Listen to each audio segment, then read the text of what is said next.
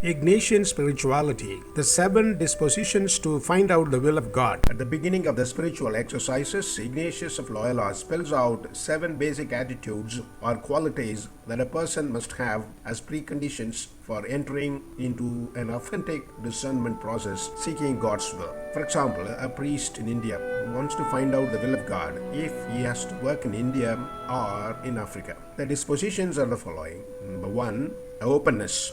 We must approach the decision in question with an open mind and an open heart.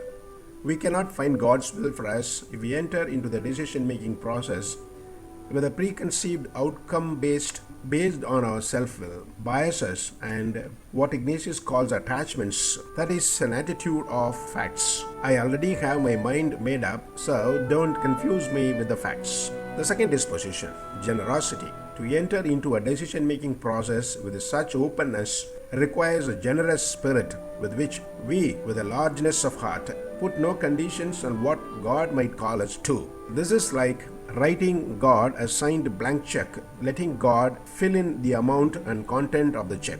Only a generous person would do this. Going back to the example, if I want to really decide if a priest has to work in India or in Africa, he has to be open-minded and he has to be generous, as well as he should be courageous enough to accept the will of God. Therefore, the third disposition is courage. Such openness and generosity require courage, for God might be asking something difficult, challenging, and risky of us. It takes courage to give up control and trustingly put the decision in God's hands while seeking God's will over our own. The fourth disposition is interior freedom. To make such a prayerful, generous, courageous decision requires interior freedom. Ignatius describes 3 types of people and their differing approaches to decision making. The first type is all talk and no action, discerning a possible vocation to religious life or priesthood for so long without ever making a decision that they end up becoming too old to enter. The second type of person does everything but the one thing necessary. These people may do all kinds of good things in their life but don't face the central issue of what God is calling them to. They are in effect putting conditions on what God can call them to. The third type of person is the only one who is truly free.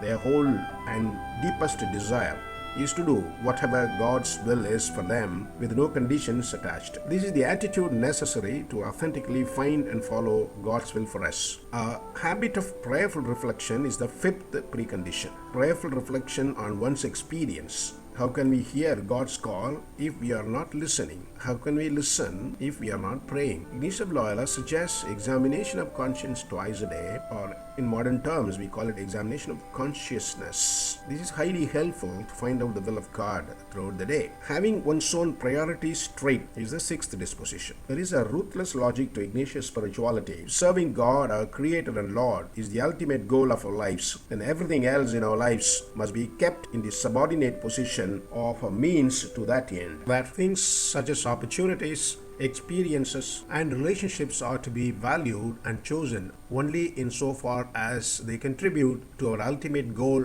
in life, and rejected insofar as they prevent us from that goal. Then we come to the 7th disposition, not confusing ends with means. Ignatius comments, it becomes obvious how easy it is for me to forget such a simple truth as the end and goal of my life and whole existence when we consider the manner in which choices are often made. One of the examples confusing ends with means mentioned above is a person who first chooses to make a lot of money and be successful, and only afterwards look at how they might serve God with this. A person like this, in effect, puts God into second place, only wanting God to come into the lives after first choosing what they want. They mix up the order of an end and a means to that end, not putting first things first. Having these 7 essential attitudes of openness, generosity, interior freedom, prayerful reflection on experience, having one's priorities straight, not confusing ends with means, the discerner has their satellite dish pointed in the right direction in order to receive God's signals and find out His will. Possessing these qualities is the precondition for hearing God's call through an authentic